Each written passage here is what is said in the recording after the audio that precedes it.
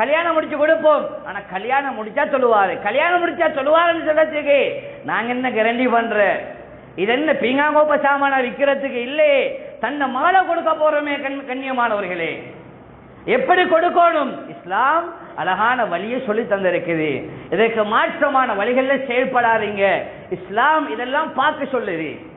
இஸ்லாத்துக்கு முன்னாலே, இஸ்லாம் இந்த கல்யாண நிக்காவுடைய மஜ்லிஸுக்கு முன்னாலே எவ்வாறெல்லாம் நீங்க செய்யணும் என்ற விடயத்தை இஸ்லாம் அழகான முறையில் சொல்லி தந்து வைத்திருக்கிறது.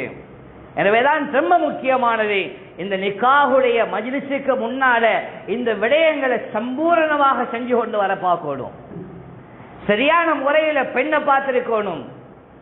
இந்த நேரத்துல பேச்சுவார்த்தைகள் செய்வாங்க. பொண்ணுக்கு என்ன கொடுக்குறீங்க, மாப்பிள்ளைக்கு என்ன கொடுக்கறது யாரும் கேட்கறது இல்லையே. எங்கட ஊர்களை பொறுத்தவரை கேட்கறது பொண்ணுக்கு என்ன கொடுக்குறீங்க. அதனாலதான் இன்னைக்கு எத்தனையோ